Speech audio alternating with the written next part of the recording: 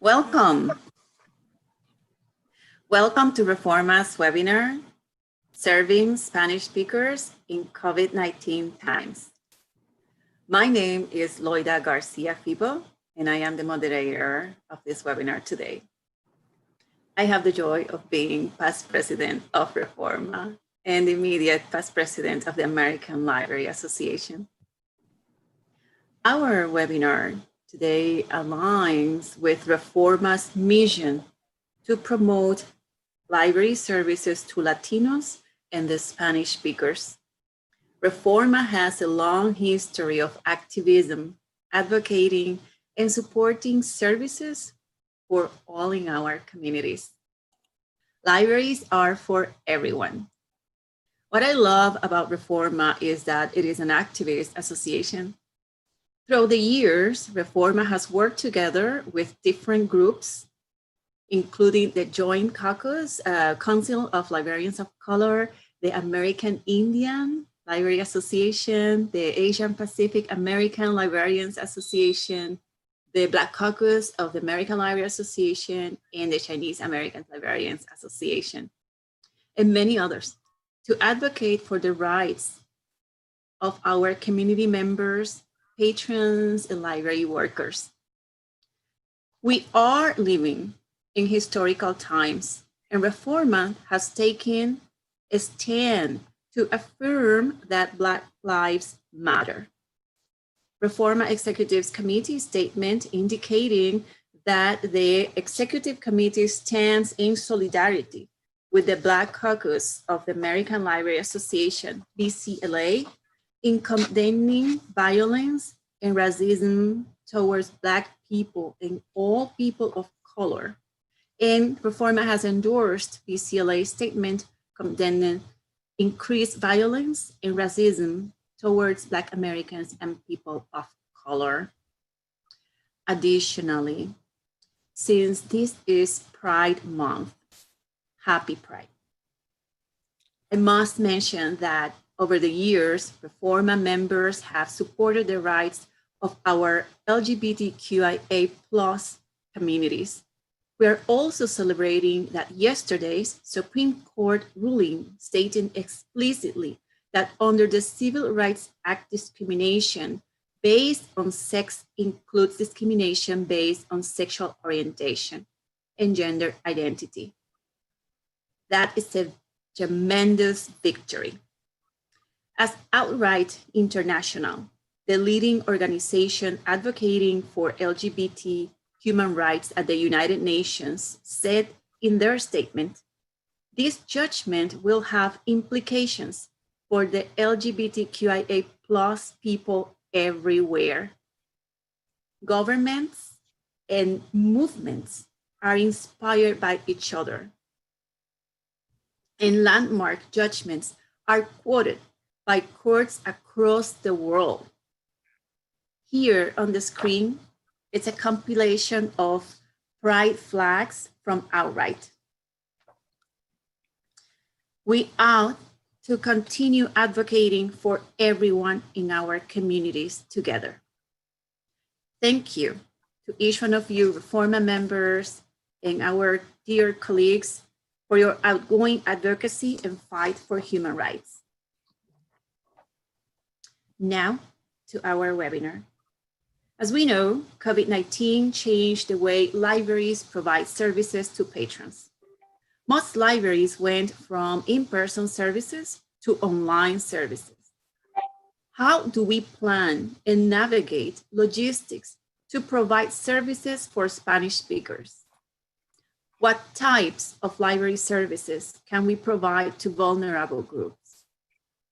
Today, librarians serving Spanish speakers at academic, community college, medical, public, and school libraries will share how they are serving this population during the COVID-19 times. We are looking forward to finding out more about their services. And if you have questions, feel free to type on the chat box. Our speakers can answer them as the webinar progresses, but we also will have a Q&A session at the end. Now it is my pleasure to welcome our speakers in order of participation. Kenny Garcia, California State University at Monterey and REFORMA President. Oscar Baeza, El Paso Community College, REFORMA Vice President. Madeline Pena, Los Angeles Public Library, REFORMA Immediate Past President. We got all the leadership here. Eboni Henry, School Library at Truesdell Education Campus and ALA Executive Board Member. And Nora Franco, Consumer Health Librarian, NNLM, she will let us know about that, at the UCLA Biomedical Library. Now it's my pleasure to welcome REFORMA President Kenny Garcia. Thank you, Loida. I'm going to share my screen. Okay.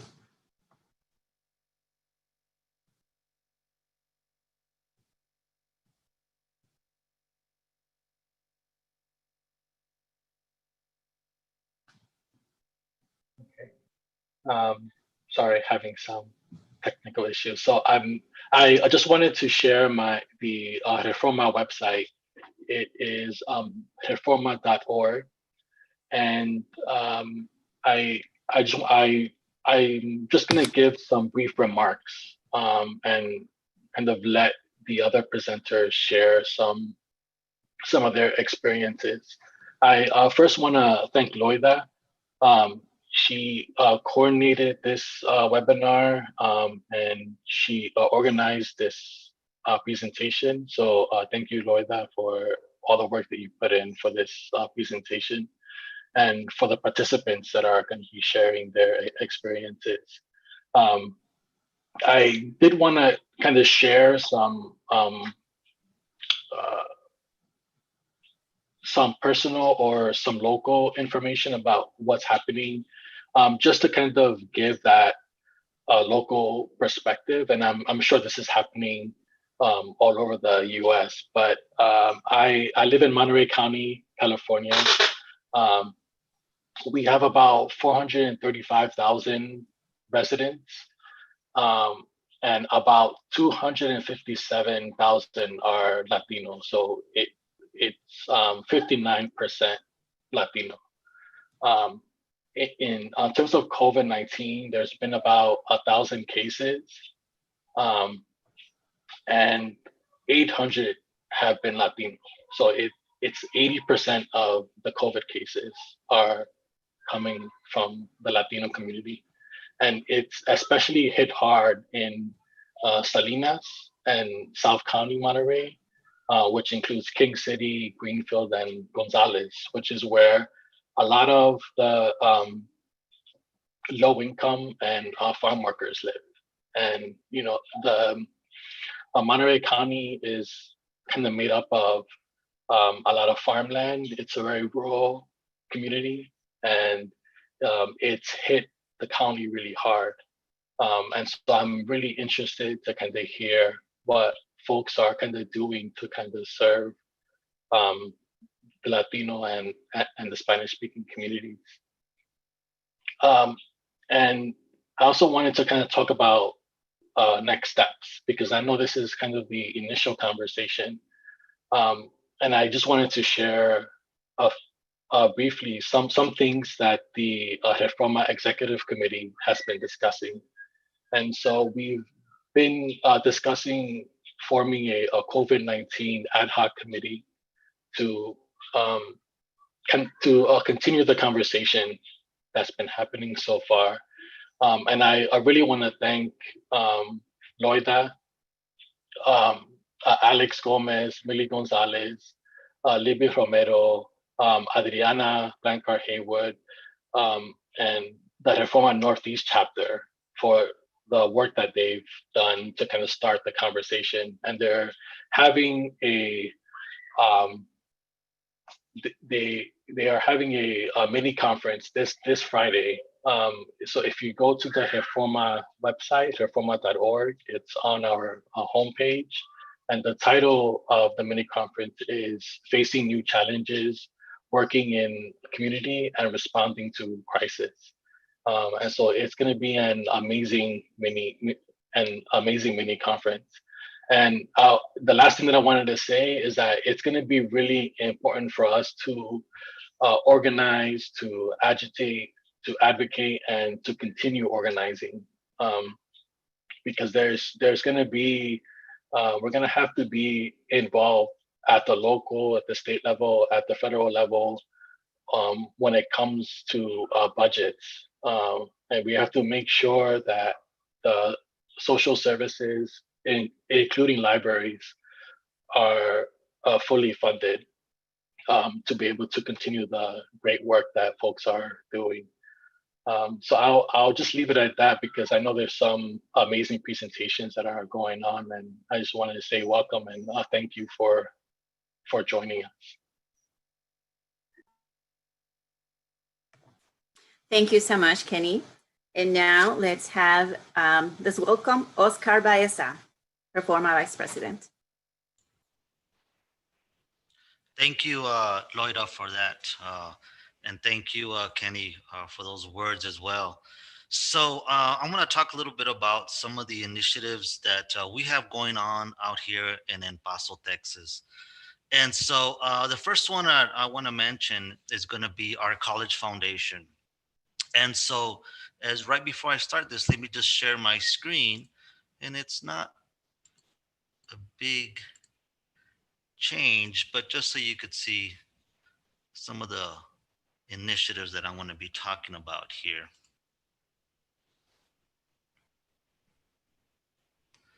Can you all see that?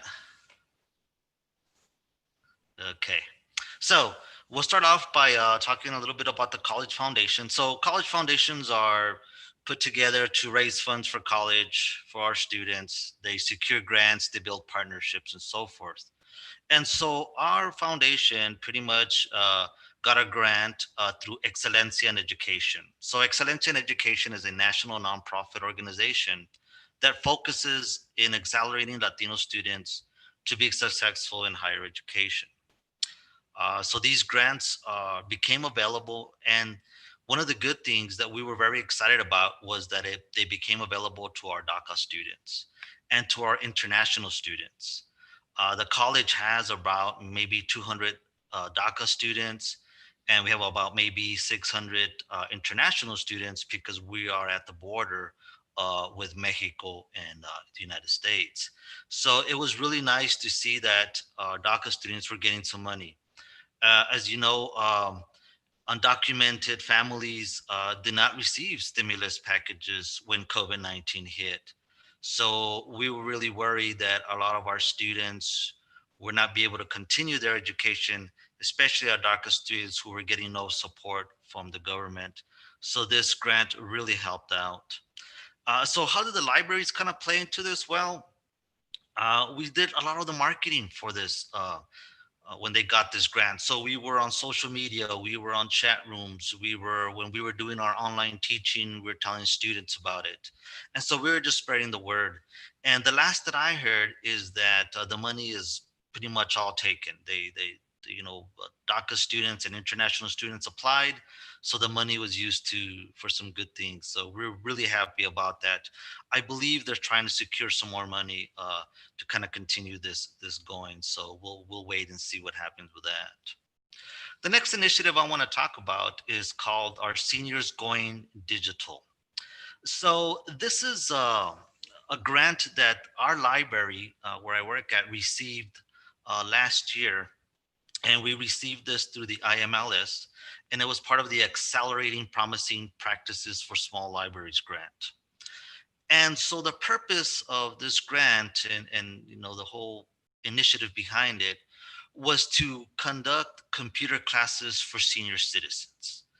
El Paso is unique. We are about 75 to 80% Latino. And so pretty much everybody in El Paso, and I shouldn't say everybody, but a good majority of people in El Paso speak Spanish and English. And a lot of people just speak Spanish. So when we offered our computer classes, we offered them both in Spanish and English, and even in Spanglish, right? And so we're really excited about getting senior citizens to come to our library and learn about basic computer functions. And what I mean about basic computer functions is how to set up an email. We were teaching them how to do online shopping, um, how to do FaceTime, so they could, visit their families from afar, due to through technology. These are the kind of things we wanted to show our senior citizens. And the classes started off, and we were doing great. And then COVID hit. So when COVID hit, we had to kind of put everything on hold. But I'm glad to say that the team right now is working on doing something online for our senior citizens, whether if it's maybe building a LibGuide and having senior citizens go to our LibGuide and then maybe watch videos. Maybe we'll do some on live sessions like we're doing right now on Zoom. We're planning maybe to talk to our local television station that we have set up here at the college. Maybe they could show some of our videos through TV. So we have some different ideas that we're bouncing around, and we're excited about that. So I'll let you know how that goes. But our seniors going digital program is really successful, and it's really nice for people. So the last initiative, or the last thing I want to talk about, is REFORMA Paso chapter. So our Paso chapter is does a lot of great work, and one of the things that we do that we're really proud of is we work with immigrant and refugee children, and we work very closely with the REFORMA Children in Crisis Project as well, where this REFORMA CIC sends us books where we could donate these books over to refugee and immigrant children. So we've been doing this project for about maybe 4 or 5 years already. Right now during COVID, though, they're not really allowing us to visit the children that are in these facilities, right? And so we kind of have that project on hold. But as soon as things, get a little better, we're hoping to continue doing that. We're also, the Reforma El Paso chapter is also planning for its fall conference right now. And so every year we have a small fall conference that is hosted by the Border Regional Library Association, by the Texas Library Association, and by the Reforma El Paso chapter. And it's a little small conference that we have here in El Paso. About 100, 150 people come to our conference, and we have a good time. We have guest speakers, we have workshops. Reforma always makes sure to put on a good workshop dealing with Latino issues. And one of the workshops that we're planning to do for this fall, it has to do with racism and the hate that we've seen throughout the nation. We want to address that. We want to talk about that. And I'm real glad that Loida mentioned that at the beginning, and how Reforma took a stand against this hatred and this racism. And so we want to continue those conversations, and the Reforma El Paso chapter wants to keep that dialogue going. So those are some of the things that we're working on. But I'll happy to take any questions at the end of the presentations, like Loida said. So I'll go ahead and pass it over to our next speaker, and I'll go ahead and stop sharing the screen here. Thank you, everybody. Thank you so much, Oscar. It's so important to include work done by community colleges, and you guys are working very hard, so thank you. And now we welcome Madeline Pena, Reforma Immediate Vice President. Hi, everyone. Welcome, and thank you for being here today. So I'll be talking a little bit about what the Los Angeles Public Library has been doing to serve Spanish speakers during COVID-19, during these times. So I work as a digital content team manager for Los Angeles Public Library. We pretty much, my team, my department, we are the digital branch of the library. So now that our physical branches are closed, we are busier than ever trying, keeping our digital doors open for everyone. Before I start, I wanted to say happy birthday to Barbara Miller from the Orange County chapter. So happy birthday, Barbara. She's with us today. And I'll be now talking about LAPL. So this is our mission. I always like to share a mission because I love that the words diverse communities are part of our mission. So everything we do is driven by our mission. And we developed in the past year these leadership values as LAPL employees. and one of them is being inclusive. So this work we do to serve our Latino and Spanish speaking, it's also informed by our leadership values. In Los Angeles, I don't have to say, Los Angeles, it's, we speak Spanish a lot. Over 60% of people who live in LA speak other language than English at home. And of that, 43% it's in Spanish. So what happened? Once the crisis started, one of the first things our PR department did, working with the translations team, which a lot of the work I'm going to share today, it was coordinated by the translations team and my colleagues, Edwin Rodarte, who's behind the scene managing this broadcast, and Ana Avalos, Ana Campos, Lupe Leiva, Nina Pinelo, and Pari Valdovinos. So a lot of the work was done, all the Spanish work with them. So the PR department created this bilingual signage for our branches right when everything was starting to happen. We deployed those signs throughout our branches, so encouraging, healthy hand washing, right? Then we went to, okay, we're going to stop offering public computers. Then we said, okay, we will cancel public programming through March 31st. Then we said, okay, we're going to close Central Library. But we ended up closing all libraries. And now you know that it was beyond March 31st. We are still closed. So from the beginning of the pandemic and everything that was developing rapidly, the library was issuing all the messages both in English and Spanish, and also in additional languages as well. So this is the current message we have on our website. And all libraries are closed until further notice, and we are eager to resume our in-person service. We don't have a specific date to reopen, but we're working on it, and we will be ready to offer sidewalk or curbside pickup as soon as possible. And you see that Más Información, more information link. It's our COVID-19 information page that was put up since the moment the library closed, and it was done in English and in Spanish. That's the link. It's keeps being updated with what's going on with the library, and also with additional resources about the virus and how to stay safe, etc. So one of the biggest things we did right after the closure was to make our website the library at home, the digital library at home. We did it both in English, and we redesigned the site in Spanish as well. So this is a screenshot. I will show a little bit of the website later today. If not, please go to lapl.org/español. And you see, we switch everything to showcase our digital resources, what's available online, to make things easier to access from home. Number one, how to get a library card. People now in all LA County can get a free e-card, an electronic library card from the library, to have instant access to our resources, information about the summer reading challenge that's happening now, information for those parents and students, because each student in the LAUSD school district, they automatically have a student success card with access to everything the library has to offer. So we put out information, and there's much more. All our e-media, electronic resources, including online classes, language learning, databases, ebooks, etc. Everything's on the homepage. We also created virtual backgrounds. So we have a blog post and a page for virtual backgrounds. I'll share in a little bit, and that's Celia Avila, the current PR chair of REFORMA.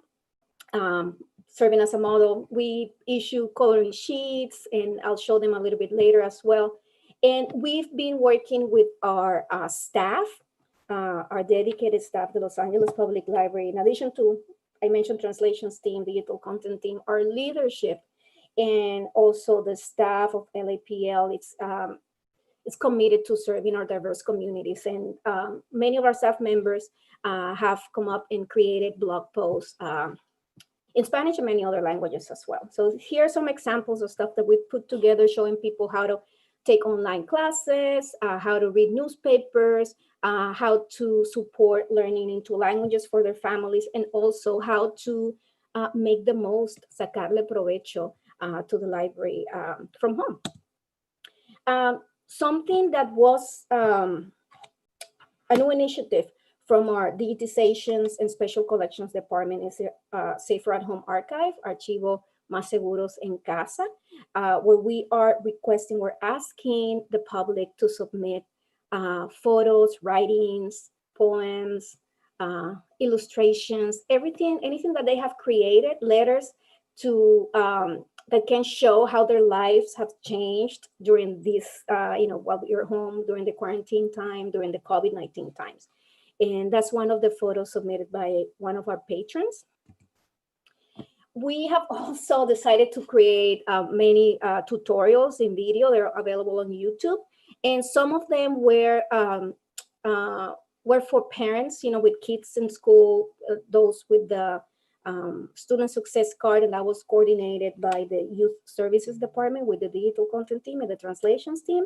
And we put up 4 videos showing, kids and parents how to get homework help for all ages, also how to access Overdrive and Hoopla.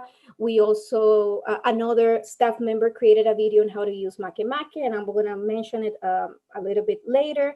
And we put up a video on how to create a Gmail account for those who are just learning how to get online and don't know how to get a free email account. So they're on YouTube. Our collections development department in Spanish, multilingual collections, they have expanded, and that's Ana Avalos and Pari Valdovinos. They have expanded our ebook collection available on Overdrive. So I encourage you to look it up. And this new platform, Makemake, is digital. It's a interactive digital books, mostly for kids, but all the way to, we have titles for all the way to teens. And they're very high quality, great books from Latin America. And Edwin Rodarte coordinated the acquisition of this platform. And it is fantastic. I highly recommend it. Very great books, and it's also free with a library card. So we launched this service a couple months ago after the closure, and we thought it was perfect timing. And for those who know the Arroz con Leche Me Quiero Casar, I love that little song. So it brings me great memories from my childhood. The book's available on Makemake. What else? Oh, programs. So we've had many programs, live programs via Instagram, via Zoom, via Facebook and YouTube. And now we have weekly or sometimes daily horas de cuentos, story times, either bilingual or just in Spanish. And you can see this is a screenshot from today's calendar. We've also have been doing for the past few weeks, every Thursday at noon, Ask a Librarian Live. Sometimes I've participated, and you see my colleagues Ana Campos, who coordinated this program, and Lupe Leiva and Edwin Rodarte, and where we show our patrons live how to access our different, databases, online language learning platforms. So it's more like a live tutorial. And if we receive questions, or we get questions, we answer them live as well. It's been very popular. We do get a lot of views each week from our videos. And other departments like the New Americans Initiative, they have put together special programming like this. It was about protections for renters, and also another program that was everything people need to know if they are in the workforce or if they lost their jobs. Very interesting. And there are other programs for adults, like in Spanish classes, in book clubs, etc. So check our calendar. The New Americans Initiative is also started offering phone consultations for immigration questions, also for small businesses coaching, and financial coaching. So all virtual appointments, they are available, lapl.org/NAE, New Americans, and it's always free, confidential, and available over the phone. We're also on social media in Spanish and Espanol at LAPL en Español Instagram, which was created after the closure, and also on Twitter. So if you have questions, that is my email account. And anyways, we'll answer questions a little bit later. And if you want to know more about what the Los Angeles Public Library has been doing more in depth with more time, please join us on Friday. We'll be presenting at the REFORMA Northeast 16th Annual Joint Mini Conference. So please, I'll see you on Friday, and then you will hear from other colleagues as well. And I know my time is up, but here's our website, lapl.org/español. You'll see everything that we have to offer, for learning English, online classes, newspapers, and then our coloring sheets and our virtual Zoom backgrounds. They're really cool. So this is some of the stuff we've been doing at the Los Angeles Public Library during the crisis.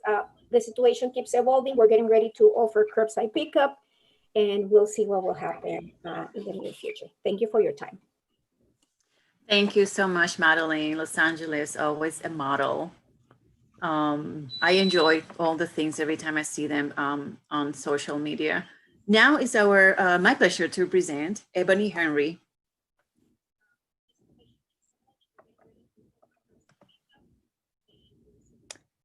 Okay, can you guys hear me? Okay, because I can't even hear myself.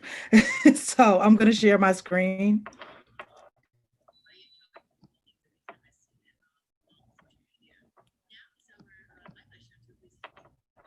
And I am like listening from the YouTube, so I will be behind, it seems like, but here is my screen.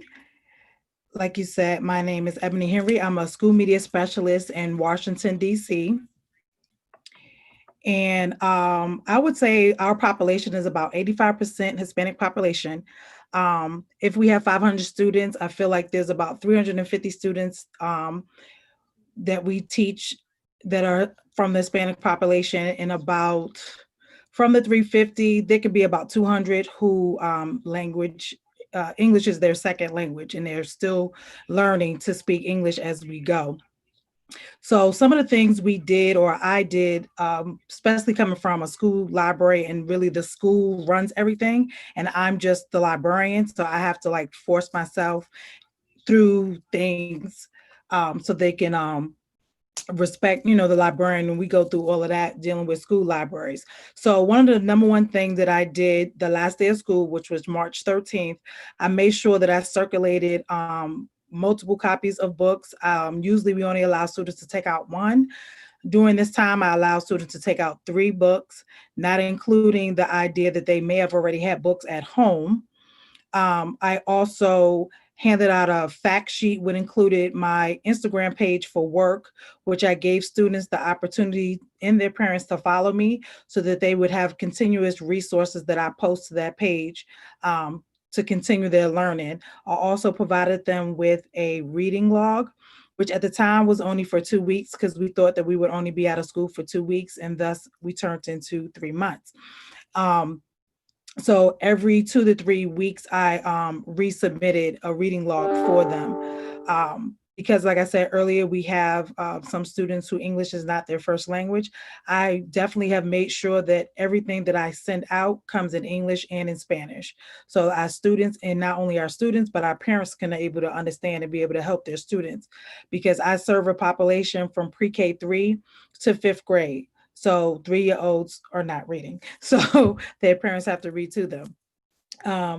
We have a book box, which you can see, which was the very first slide that we have outside our school, is a little library book box that I fill up once a week. And sometimes I go twice a week. Where I get the books from is from Donors Choose projects that I do regularly. And I always do picture books or nonfiction books, and my students actually love nonfiction.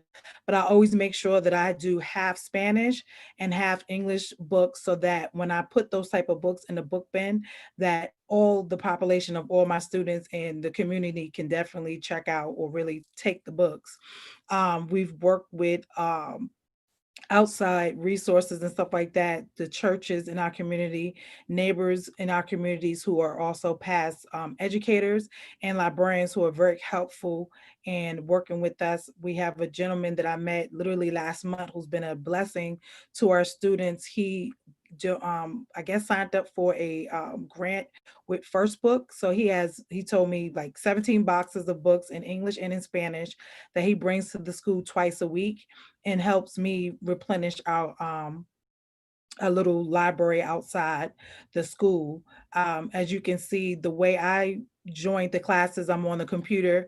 I sat in classes doing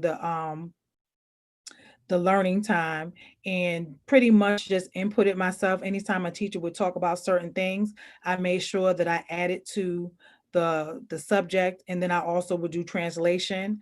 I work very closely with our Spanish teacher.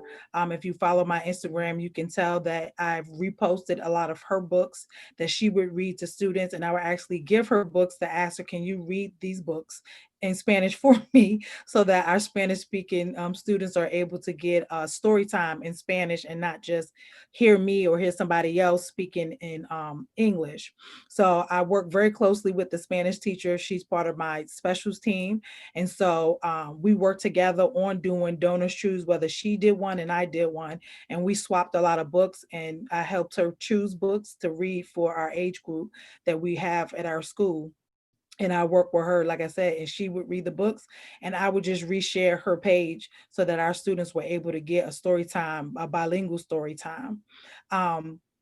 Besides doing donors choose and collaborating with the Spanish teacher, some of our students, I was able to reach out to them, and they ran out of the books. Like I said, I only checked out 3 books to them 3 months ago at that point. So I did a special donors choose, which was for distance learning, and made sure that I got more Spanish material. So of the 320 something books, at least 200 books were in Spanish from pre-K all the way up to 5th grade. And then also I started to do part of that donors choose included preparing pre-K kids for kindergarten. And I made sure that those Clifford books and the books that I purchased to get kids ready for kindergarten were also in Spanish, so that you can see my little friend Jose here at the bottom. He came to get his kindergarten packet ready.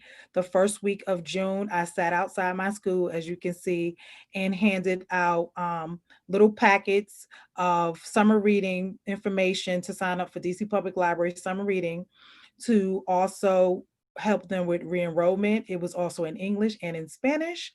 As you see, I have my computer. Oh, you can't see, but I have my computer out there. So I also help with enrollment. And it was funny because I did most of enrollment in Spanish, and the language on the screen was Spanish. And it was just hard sometimes to help translate, but I know Spanglish. So I was able to help the parents and help them answer the questions and help them understand that some of those questions they did not have to answer, because I've seen the questions in English and I think that it was not appropriate questions that should be asked. But those are some of the things that I did to definitely stay connected with my community. These are things that I normally do during the school year, but due to COVID, we had to take things from being in the building to hitting the streets and being outside, and definitely using technology and using social media to get kids involved. And I had a lot of my 3rd, even a 2nd grade student follow me on Instagram, and we spoke a lot in the chat area, and I was able to help them like log on to, we use Microsoft Teams for classrooms instead of Zoom. And so I was still able to be a resource to students, even though we were not in the classroom. And it also didn't always consist of reading a book. It would include enrollment or include logging on to their classes. And that's about it. I'll stop sharing. Thank you so much, Eboni. You actually mentioned something that it's part of what we do, I think, almost in every library setting. You position yourself as a librarian in all these meetings and all these initiatives, because they cannot forget the library. that's really incredible. The work we have to do, right? And my mom was a school librarian, so I know what Eboni is talking about, that passion and the dedication. And I'm just so glad to be on the ALA executive board with Eboni. I've known Eboni a little bit more, and I know she has some Hispanic heritage as well. So she can be a member of REFORMA, and she serves the.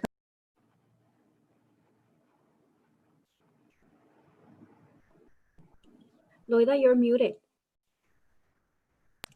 Well, thank you. I just give a monologue to myself. But well, now it's my pleasure to present Nora Franco, a consumer health librarian at UCLA Biomedical Library. She's going to tell us very important information, how she's serving. Yes, I need to pay my membership. My mom is Hispanic. She's Puerto Rican. Okay, wonderful. So Kenny, we have to recruit Eboni. All right. Well, now Nora, welcome. Thank you. Thank you, Loida, Kenny, and all of REFORMA on the webinar. I am gonna share my screen now. I'm assuming you can hear me. Give me a thumbs up. All right. And you can see this, right? All right, I see heads shaking. So I am a consumer health librarian. I work for the National Network of Libraries of Medicine, Pacific Southwest region. And I'm going to talk a little bit about the open access resources that we provide through the National Library of Medicine and through our network. But before I jump into the resources, I wanted to talk a little bit about those acronyms. Like Loida said, you may be wondering, what does this mean? Why is this person here talking to me? Oh, and before that, I did want to say happy Pride and happy Black Pride as well. Black Lives Matter and all Black Lives Matter. So thank you, Loida, for pointing that out too. So at the top, we have the National Institutes of Health. You're probably familiar with it. We have made up of 27 different institutes and centers. You might be familiar with the Office of Minority Health, the Office of Women's Health, and the National Library of Medicine is also among those 27 different institutes. So the NNLM, which is where I work, is the outreach branch of the National Library of Medicine. So we basically serve as your liaisons to the National Library of Medicine and to other members within our network. So I work for the Pacific Southwest region. We're housed at the UCLA Biomedical Library, and we provide health information to Arizona, California, Hawaii, Nevada, and Guam and American Samoa. This is a map of the network as it stands now. As you can see, these circles represent the 8 different regions across the US. So whoever is on this call, you have a Nora in one of those regions. So reach out to me or reach out to your NNLM if you have ideas or if you're interested in learning more about medical librarianship as well. This is our mission: to advance the progress of medicine and improve public health by providing open access resources, as well as improving health literacy.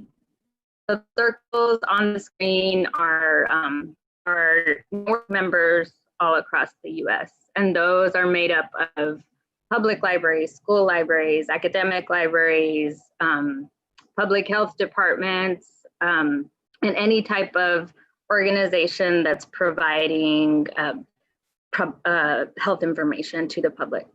We also have individual memberships. So you can sign up, create an individual account like you see right here. And once you do that, you'll be placed on our weekly email list. And every time we have new topics, webinars, Moodle classes, those range from 2 weeks to 4 weeks. You can enroll in those. Again, everything is free. It's all open access.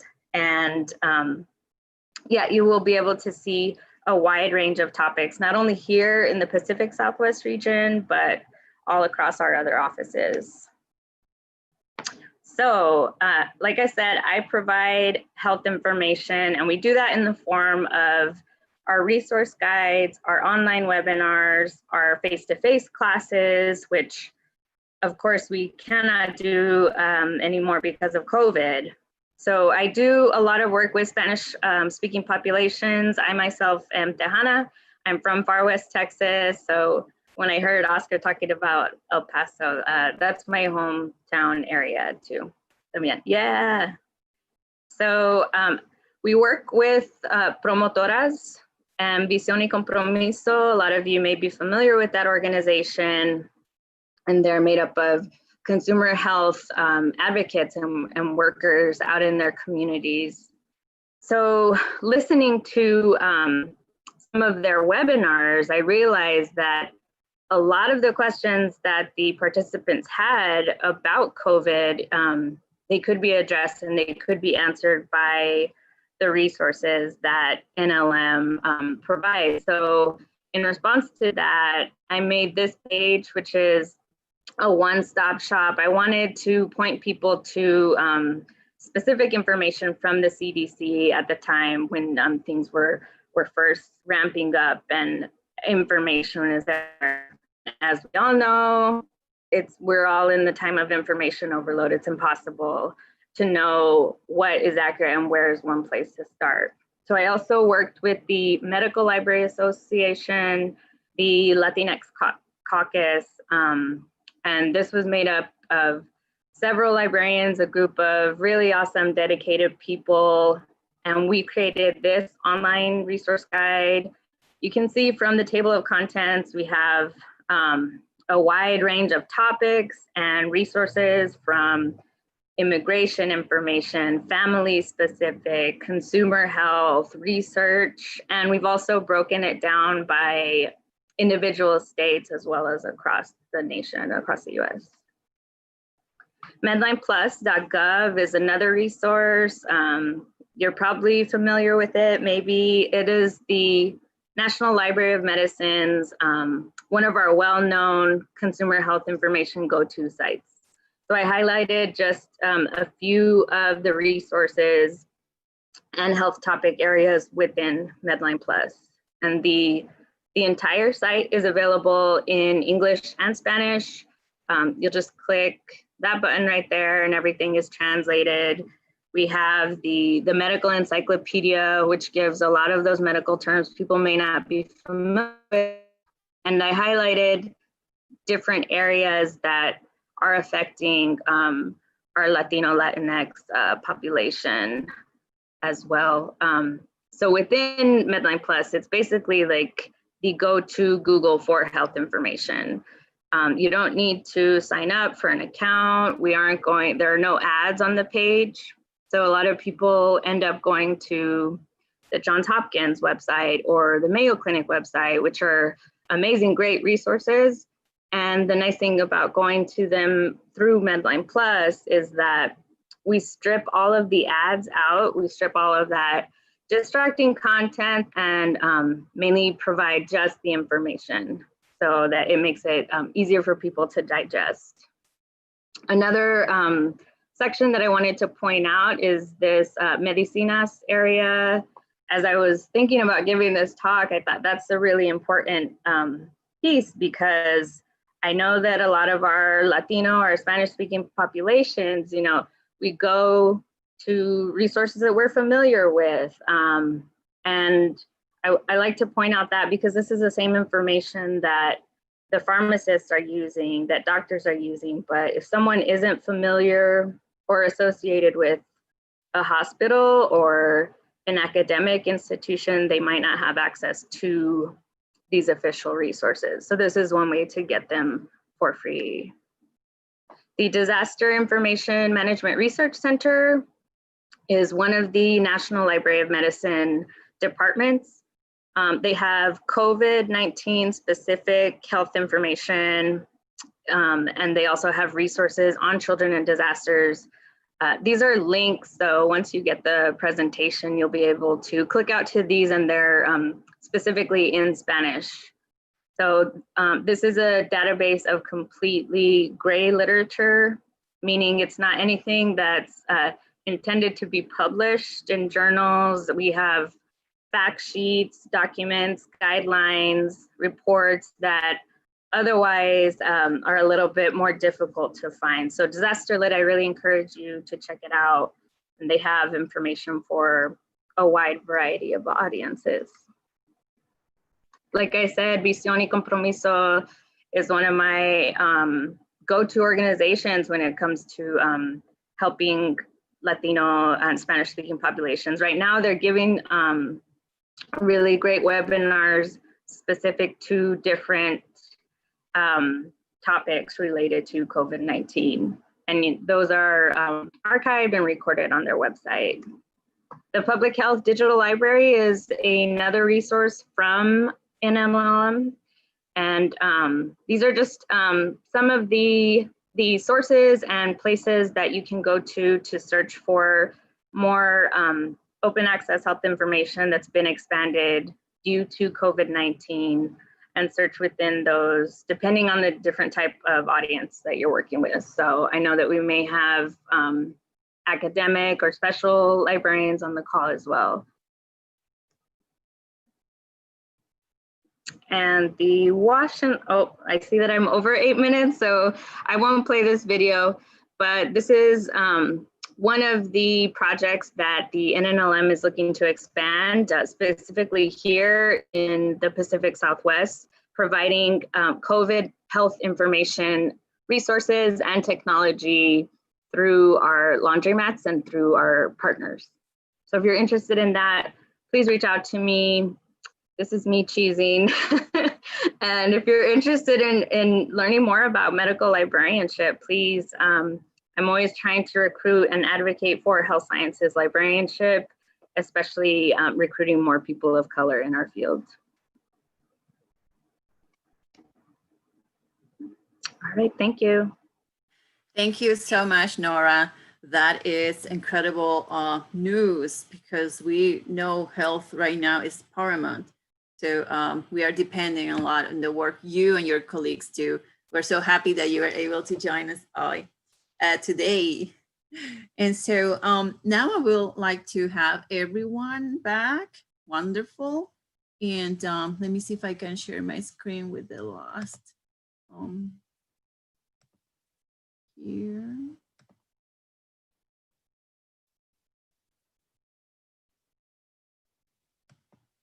Yeah. Okay. Yeah. So we have 2 questions so far, but if anybody has questions, please write it in the chat. I'm sharing my screen. I cannot see the questions on the chat box, but I hope my colleagues can. So the first question is, I believe, is for Oscar. It said, is the anti-racism workshop virtual? I think you mentioned something about an anti-racism workshop, or was it Kenny? It was all the way at the beginning, this question. Someone mentioned an anti-racism workshop, and they want to know if it's going to be virtual. So I know our conference, the fall conference, is going to be online.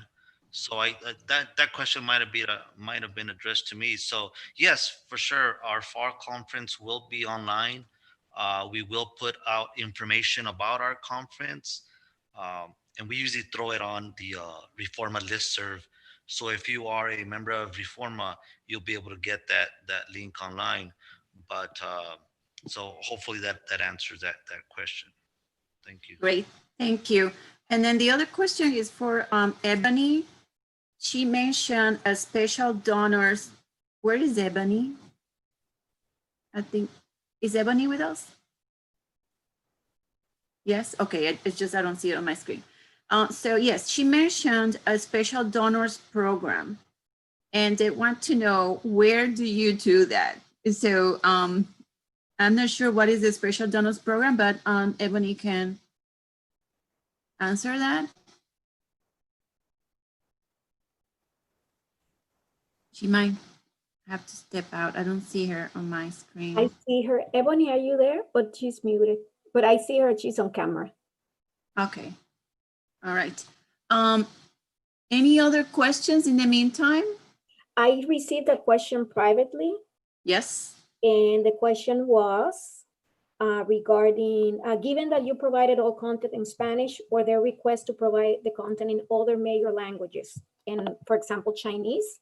So we did not receive requests for the COVID-19 specific information, but we are being proactive as a library system, and the initial Spanish language translations team has been expanded to the LAPL translations team, and now we have different teams from our staff members who get paid the bilingual bonus, and now we have a small team providing Chinese translations, traditional and simplified, Persian, Korean,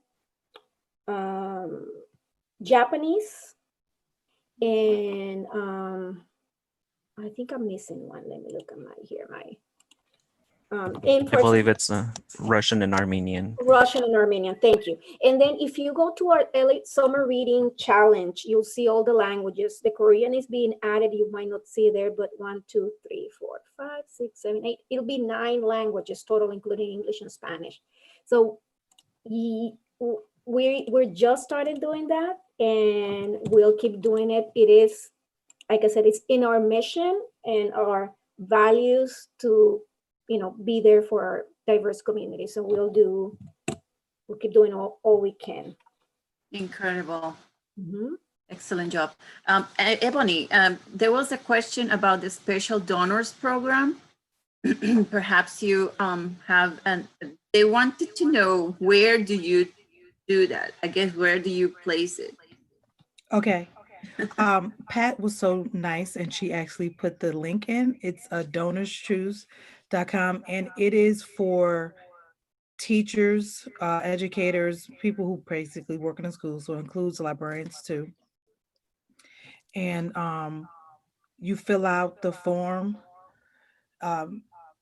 It's like an online, not a database, but a personal form that you fill out, and you do projects, they call them, and you get donations from various people, usually your school, your friends. If we're friends on Facebook or you follow me on Instagram, you'll see I post all the time about my donor choose. I share it. So it's like and usually with my school, we have a partnership with American University. So what happens is I will do a donors choose, and then I send it to my admin, and they share it with the American University community. And usually a lot of donors or alumni, teachers, students. I mean, a lot of people that I get donations from, I do not know. So if you're a school librarian, you know about what she's Eboni is referring to. Incredible. Yes. Time also put on this. Well, thank you so much. Last thing, we're right on the hour, but I see that a number of us, without really talking to each other, are wearing statement t-shirts. So if you can show them, because you went through all that to wear them. So Black librarians will give you a good read. And we are all immigrants. Fabulous. And then mine is about library folks in solidarity with all the vulnerable groups. So thank you so much, everyone, for joining us today. This webinar was full at capacity. And thank you so much to Edwin Rodarte, our Reforma wizard. He is being behind scenes, but managing all the logistics and everything related to the webinar platform. And I think when we go over the capacity, he then opens a YouTube channel. So this is fabulous work. Thank you so much. And as Kenny said, hopefully Reforma will continue this type of programming periodically, because it doesn't seem that we're going to be over this COVID-19 soon. So here are the librarians to provide access to information to better the education and lifelong learning of our communities. So thank you. Stay safe. Bye. Thank you.